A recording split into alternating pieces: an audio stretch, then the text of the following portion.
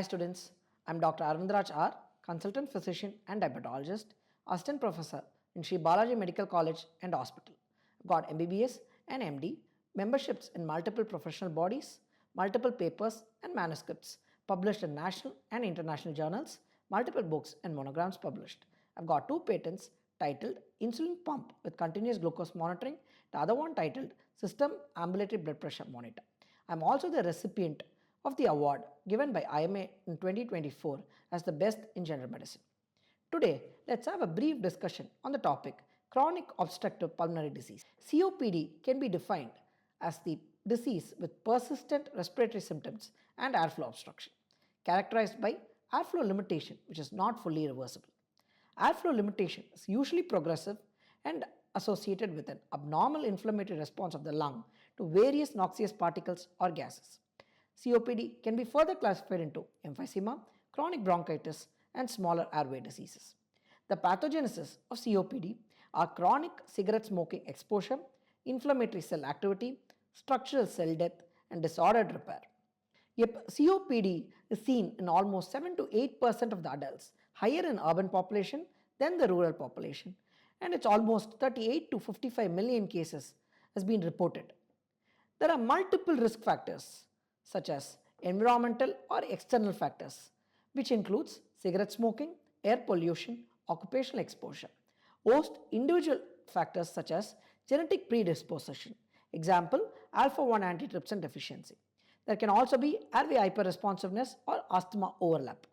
Socioeconomic and health-related factors such as low socioeconomic status, recurrent respiratory infections, and poor nutrition. Reed's index plays a very significant role in COPD, which is the ratio of thickness of the mucous membrane to thickness of the bronchial wall, and the normal value is less than 0.4, which is the 40%, and increased in chronic bronchitis. Now, chronic bronchitis can be further classified into simple chronic bronchitis, chronic mucopurulent bronchitis, chronic asthmatic bronchitis, and chronic obstructive bronchitis.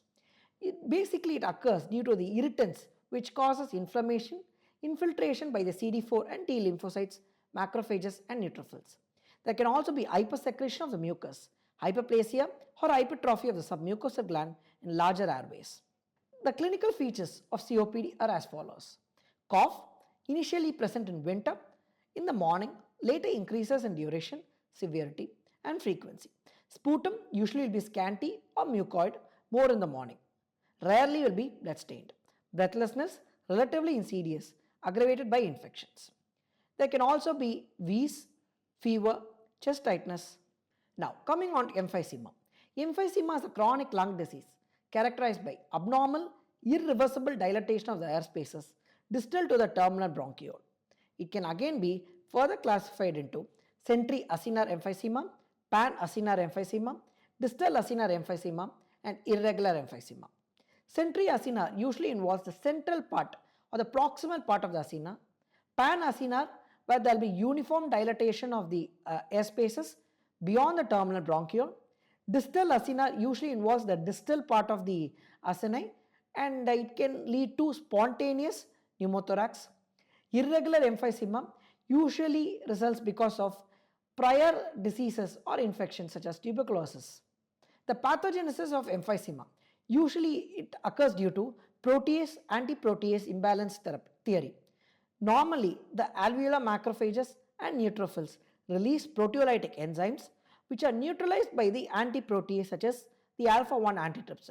In emphysema, increased protease activity along with decreased antiprotease activity leads to destruction of the elastic tissue in alveolar wall.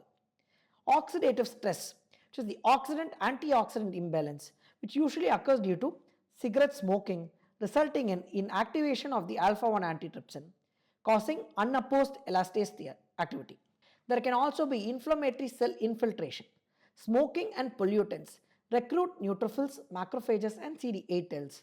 These cells release elastase, collagenase, and cytokinase, which causes tissue destruction. Loss of alveolar elasticity and airway collapse. Destruction of the elastic fibers causing loss of radial traction, leading to small airway collapse during expiration. The clinical features of emphysema are such as dyspnea begins insidiously and steadily progresses, leading to trivial exertion even at rest. There can be cough with expectoration of a scanty mucoid sputum. Weight loss can be present. The signs of emphysema are as follows. Patient can become tachypneic, hypertrophy of the accessory muscles of respiration. During inspiration, exaggerated tracheal descent can be seen, which is called as the Campbell sign. Indrawing of the coastal margins will be seen. During expiration, prolonged and pursed lip breathing is seen. Barrel-shaped chest is seen. There can also be patches of hyperpigmentation above the knees, which we call as Dahl sign. There is something called Hoover sign, where there is paradoxical inward movement of the lower chest wall during inspiration. The complications of COPD are pulmonary bullae, respiratory failure, pulmonary hypertension, and there can also be severe weight loss. Investigations. Chest X-ray can be done where there will be increased bronchovascular markings. HRCT chest can be done to assess the airway wall thickening, mucus plugging, and ABGs can also indicate the presence of hypoxemia, hypercapnia, and respiratory acidosis. Sputum analysis is one other important study for the detection of emphysema. The severity of the COPD can be done with the help of GOLD criteria, which is staged as stage 1, 2, 3 and 4. Stage 1 is mild, stage 2 being moderate, stage 3 is severe, and stage 4 being very severe. BODE, Board Index, is a multidisciplinary scoring system which can also be used to predict the severity and mortality risk in patients with COPD.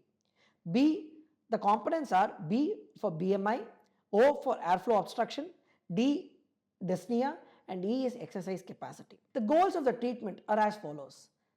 Our main goal is to relieve the symptom, improve exercise tolerance and quality of life, prevent exacerbation and disease progression, reduce the hospitalization. Certain pharmacotherapy are such as bronchodilators, anticholinergics, beta agonists, inhaled corticosteroids, oral corticosteroids, theophylline, and oxygen supplementation. There are certain drugs such as short-acting beta-2 agonists, such as your salbutamol, which provides quick relief of dyspnea by bronchodilation. Long-acting beta-2 agonists such as formoterol, salmeterol, which maintains the bronchodilation. Short-acting muscarinic antagonist such as ipratropium bromide reduces the bronchospasm and mucus secretion. Long-acting muscarinic antagonist tiotropium bromide, which improves the symptoms and also reduces the exacerbation. Inhaled corticosteroids such as budesonide used along with LABA in frequent exacerbations. Methylxanthine such as theophylline, which is second in line with a narrow therapeutic window, used if inhalers are unavailable. Systemic corticosteroids, a short course of prednisolone can be used for acute exacerbation, and antibiotics is indicated if patient has purulent sputum or infective signs. I hope you had an informative and an interesting session today.